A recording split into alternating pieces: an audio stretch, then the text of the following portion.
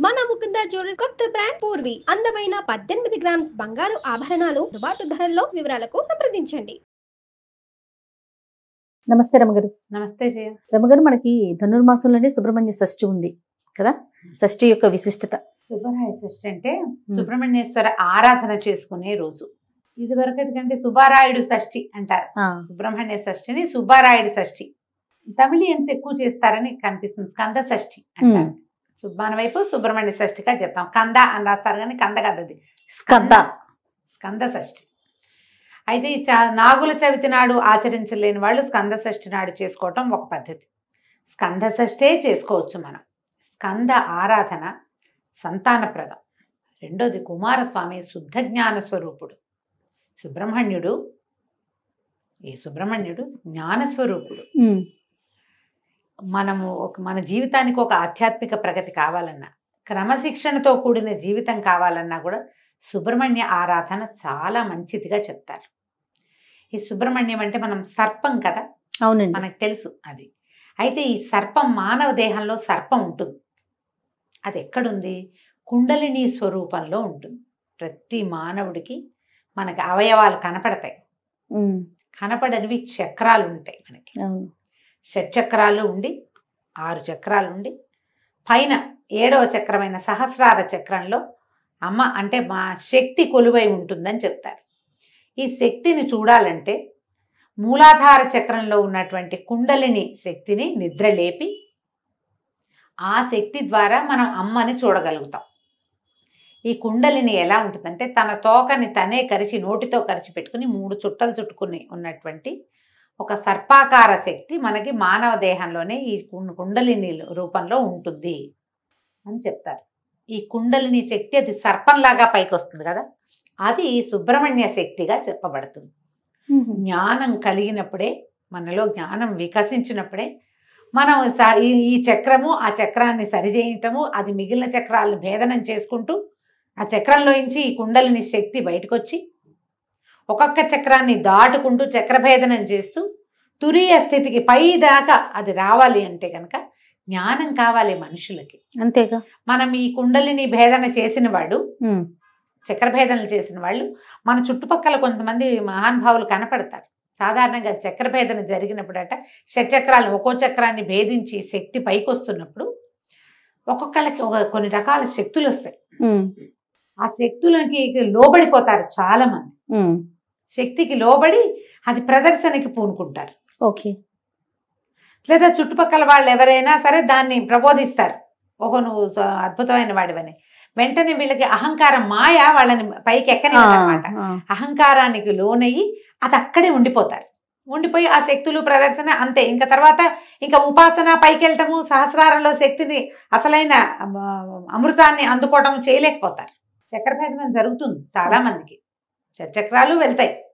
కానీ ఎక్కడ ప్రతి చోట వచ్చేసరికి ఒక్కొక్క చక్ర భేదన జరగంగానే ఒక్కో రకమైన శక్తి ఆవిష్కారం జరుగుతుంది. ఆ జరిగిన శక్తి ఆవిష్కారానికి లోబడి మాయకి లోబడి ఉన్న వాళ్ళు అక్కడే ఆగిపోతారు. సుబ్రహ్మణ్య ఆరాధన వల్ల మాయని తొలగించుకుని మనం మనుషులు ఆ అమ్మవారిని చూడగలుగుతారు, అమృతత్వాన్ని సాధించగలుగుతారు. మనకు ఎంతో మంది గురువులు చాలామంది కనిపిస్తారు. వీళ్ళందరూ కూడా అంటే చాలామంది జనాల్ని ఆకర్షించగలిగిన వాళ్ళు, ఎక్కువ మంది జనాలు వాళ్ళ చుట్టూ చేస్తారు. వీళ్ళకి వాళ్ళంతటా వాళ్ళకే సహజంగానే చక్రభేదం జరిగిన వాళ్ళు అయి ఉండొచ్చు, లేదా ఉపాసన ద్వారా చక్రాలని భేదించిన వాళ్ళు కూడా అయి ఉండొచ్చు.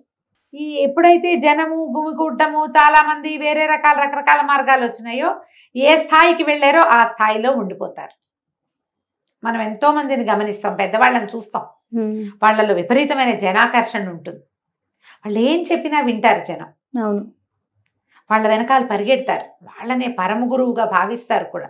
ఎంతమంది కనిపిస్తారు వాళ్ళలో కూడా. ఇప్పుడు ఈ అమృతత్వాన్ని సాధించి మనుషుల కోసం ఇలా ఉన్నవాళ్ళు కొంతమంది ఉండుండొచ్చు మహానుభావులుగా, లేదా అమృతత్వాన్ని సాధించలేక ఎంత మటుకు వెళ్ళారో అక్కడే ఆగిపోయిన మహానుభావులు కూడా కొంతమంది ఉంటారు. ఎవరైనా మహానుభావులే, అందులో తేడా ఏం లేదు. కాకపోతే వాళ్ళు ఎంతవరకు వెళ్ళారు, ఇంకా ఎంత వెళ్ళాలి అనే జ్ఞానాన్ని సుబ్రహ్మణ్యుడు ప్రసాదిస్తాడని చెప్తారు. మనం ఇప్పుడు మామూలు మనలాంటి వాళ్ళకి ఏం తెలిసాయా? ఇవన్నీ విని తెలుసుకుని చదువుకుని అంతే. ఈ చక్రము భేదించడం అంటే ఏమిటో సాధారణ మనుషులకు అర్థమే కాదు. అవి నాకు అయిపోయింది అనుకుంటారు. అయిపోయిందంటే అవదది. నాకేమీ కాలేదనుకుంటే అయినట్టు. ఏమి అవదు, దానికి సమయం పడుతుంది. కానీ ఆధ్యాత్మికమైన ఆలోచనలు, స్పిరిచువాలిటీ వేరు, మనకి డివోషనల్ వేరు కదా, నీకు తెలుసు. అవునండి. భక్తి వేరు, ఇది వేరు. స్పిరిచువల్ థింగ్ అనగానే ఆత్మకి సంబంధించిన జ్ఞానం వేరు, దీన్ని దాటింది. భక్తి అనగానే మన భక్తి ఎక్కడ ఆగిపోతుంది? పువ్వులు, పూజ అక్కడే, ప్రసాదాలు ఇక్కడే ఆగుతుంది. దాన్ని దాటి ముందుకెళ్తాం అనేది సుబ్రహ్మణ్య ఆరాధన వల్ల మనకి లభిస్తుంది. ఈ సుబ్రహ్మణ్య ఆరాధన కూడా ఏదో శ్రోత్రియంగా ఏది కనపడుతుందో దాన్ని చేయటం కాకుండా ధ్యానము, తదేక దీక్ష, ఇవి చాలా అవసరం. తరచుగా సుబ్రహ్మణ్య దేవాలయాలు దర్శించే వాళ్ళకి ఆత్మజ్ఞానం వైపు దృష్టి వెళ్ళటానికి అవకాశం ఉంది. ఆయన్ని ఆరాధిస్తే మన ఆధ్యాత్మిక ప్రగతి బాగుంటుంది. దానికోసమే కాకుండా లౌకిక జీవనానికి కావలసినటువంటి సంతానోత్పత్తికి సుబ్రహ్మణ్యుడే అధిదైవం. సంతానం కావాలంటే సుబ్రహ్మణ్యుని ఆశ్రయిస్తే సంతానం కలుగుతుంది. జాతకంలో నాగదోషాలు అవి ఉంటే, కుజదోషము, నాగదోషము కనపడుతుంటాయి.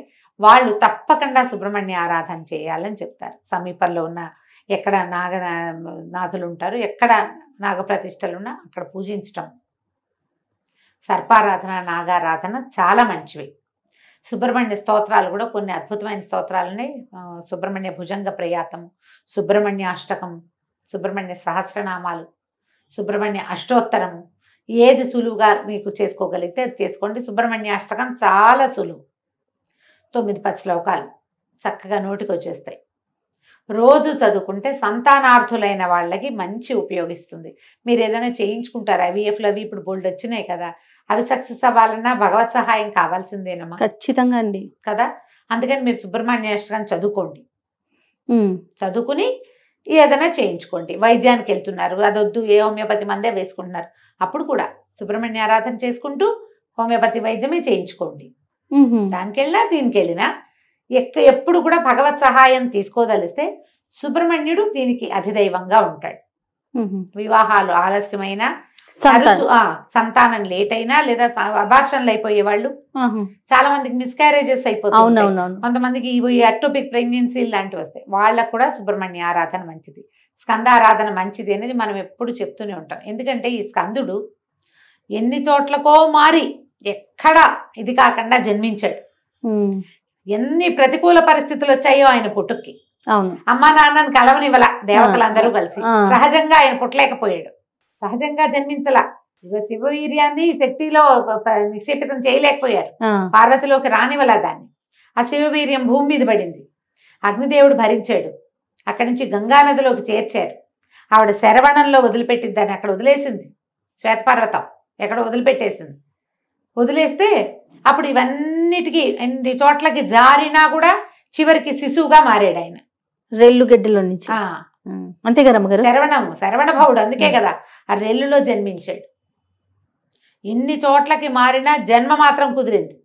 ఆయన తారకాసుర సంహారం చేశాడు. తారకాసుర సంహారం కోసం జన్మించిన వాడు ఈయన. అంటే ఏదో ఒకటి సాధించడానికి పుట్టాడు. ఆ పుట్టడానికి ఇన్ని స్థలాలు మారి కూడా స్కందుడై జారిపడినా కూడా జీవించే ఉన్నాడు ఆయన. అంత బలమైన వాడు కాబట్టి ఆయనని ఆరాధిస్తే మనకి ఏదైనా ఇబ్బంది సబ్బందులు ఉన్నా కూడా సంతానం కుదురుతుంది. అవకాశం ఉన్న వాళ్ళు సుబ్రహ్మణ్య ఆరాధన చేసుకోండి. ఈ సుబ్రహ్మణ్య షష్ఠిని సుసంపన్నం చేసుకోండి. ఒకవేళ చవితినాడు చేస్తే ఇది చేయకూడదని కాదు, చేసినా షష్ఠి పూజ చాలా మంచిది.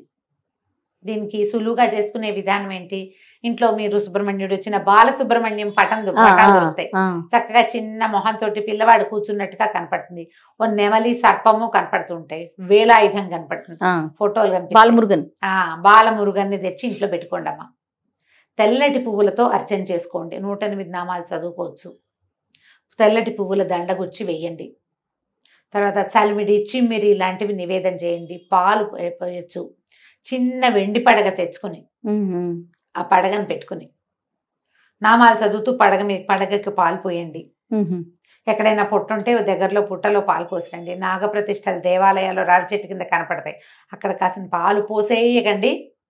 పోయండి కాసిని. చిన్న అంత వెండి గిన్నెడు, వెండి గ్లాసెడు పాలు చాలు. ఉద్ధరణతో పోస్తే ఒక 11 సార్లు, 11 ఉద్ధరణలు, అంతకంటే అవసరం లేదు. పుట్టలో పోస్తే 3 ఉద్ధరణల పాలే పోయమని చెప్తారు, అంతకంటే అక్కర్లా. ఆవు పాలు పోయండి, అవి శ్రేష్టం. మీకు అవకాశం ఉంటే చిమ్మిడి చలిమిడి చేసుకోండి. పగలు తరిగినవి తినద్దు, రాత్రిపూట అన్నం తినకూడదు, ఉపవాసం చేయాల్సిందే. పగలు భోజనం చేసి రాత్రికి ఉపవాసం చేయొచ్చు. కొన్ని చోట్లయితే మొత్తం 2 పూట్ల చెమిడి చలిమిడి తినే ఉంటారు. మీ ప్రాంతాల వారీగా ఏం చేస్తారో అది చేయండి. మీ ప్రాంతాల్లో ఏ పద్ధతులు లేకపోతే నేను చెప్పిన సులువైన విధానాన్ని పాటించండి. 2 టమాటాలు చిరిపి పప్పులు వేసుకోండి, ఒక టమాటా చారు పెట్టుకోండి, పగలు భోజనం అయిపోతుంది. క్యాలీఫ్లవర్ లాంటివి ఇట్లా తుంపితే కూర అయిపోతుంది. అవునవును. చాకులతో కొయ్యొద్దు అని చెప్తారు. మరి ఎందుకు చెప్తారో తెలీదమ్మా. నేను మా పుట్టింట్లో అత్తారింట్లో కూడా అదే విధానం, నాకున్న విధానాన్ని నేను మీకు చెప్తున్నాను. అంటే మీకు ఏదైనా విధానం ఉంటే అవి పాటించండి. కుటుంబ విధానం ఉంటే పాటించడమే. మీకేమీ లేదు మీరు చేయాలని భావిస్తే కనుక ఇలా చేసుకోవచ్చు. రాత్రికి చిమ్మిరి చలివిడి తినండి. ఏదైనా ఒక పండో ఫలమో, అరటిపళ్ళు మంచిదమ్మా. ఈ కోసుకునే పళ్ళు అవి తినకండి. చాకు ముట్టుకోవద్దు, అదే రూలు. కొయ్యొద్దు. కత్తిపి చాక కాకపోతే కత్తిపితో కొయ్యచ్చా అని అడగండి. తరిగేవి కోసేవి పనికిరావు. సుబ్రహ్మణ్య భుజంగ ప్రయాతం కొంచెం టఫ్ కానీ అది చాలా బలమైంది, మంచిది అని చెప్తారు. ఎవరైతే ఉపాసనా మార్గంలోకి వెళ్ళాలనుకుంటున్నారో వాళ్ళు సుబ్రహ్మణ్య భుజంగ ప్రయాతాన్ని రోజు చదువుకోవటం వల్ల ఆధ్యాత్మికమైన ప్రగతి కొంత ముందుకెళ్తాం మనం సాధనలో. అవకాశం ఉన్న వాళ్ళు ఈ సుబ్రహ్మణ్య షష్ఠిని సుసంపన్నం చేసుకోండి. తప్పకుండా. నమస్తే. నమస్తే.